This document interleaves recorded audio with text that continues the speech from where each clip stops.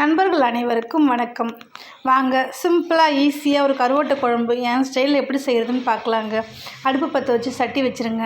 கடுகு, உளுத்தம் பருப்பு, வெந்தயம், ஜீரகம் போட்டு தாளிச்சிக்கோங்க. தேவையான அளவுக்கு எண்ணெய் விட்டுட்டு அதுக்கப்புறமா பூண்டு ஒரு 15லேருந்து 20 பல் பூண்டு போட்டிருக்கோங்க. ஒன்று வதக்கிக்கோங்க. கருவேப்பிலை சேர்த்து வதக்கிக்கோங்க. 30 நம்பர் சாம்பார் வெங்காயம் சேர்த்துருக்கேன். சாம்பார் வெங்காயம் இந்த கருவாட்டு குழம்புக்கு செம்ம டேஸ்ட்டு கொடுக்கும்.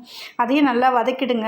வதக்கிட்டு ஒரு 3 பெரிய தக்காளி எடுத்துருக்காங்க. அவங்களையும் நல்லா அரிஞ்சு போட்டு வதக்கிட்டு அவங்க கூட 1.5 ஸ்பூன் உப்பு, 1 ஸ்பூன் மஞ்சள் தூள் சேர்த்து நல்லா கலந்து விட்டுருங்க. கலந்துட்டு கொஞ்சம் நேரமாக நீங்கள் அந்த தக்காளி சாஃப்டாக வர வரைக்கும் வதக்கிக்கோங்க. தக்காளி சாஃப்டாக ஆனதுக்கப்புறமா நான் அதில் பச்சை மொச்சை, கத்திரிக்காய், முருங்கைக்காய், உருளைக்கிழங்கு எல்லா காயுமே சேர்த்து செஞ்சுருக்கேங்க. அதனால் இதெல்லாம் போட்டு ஒன்று வதக்கிட்டு அது கூட 3 பச்சை மிளகா போட்டு அவங்களையும் நல்லா கிளறி விட்டுட்டு 3 ஸ்பூன் நிறச்சி நல்ல மிளகாத்தூள் போட்டிருக்காங்க. வீட்டு குழம்பு மிளகாத்தூள் தாங்க. பச்சை வாசனை போக அவங்கள நல்லா வதக்கிக்கோங்க. தேவையான அளவு தண்ணி விட்டுட்டு நான் இப்போ ஒரு பாத்திரம் போட்டு மூடி வைங்க. அது நல்லா கொதித்து வந்த உடனே காய் வெந்துருச்சான்னு பார்த்துட்டு நான் எலுமிச்சம்பழம் சைஸுக்கு புளி ஊற வச்சுருக்கேங்க. அவங்களையும் ஊற்றி நல்லா கொதித்து வந்ததுக்கப்புறமா கடைசியாக கருவாடு நல்லா க்ளீன் பண்ணி 50 ரூபாய்க்கு வாங்கி நான் சேர்த்துருக்காங்க.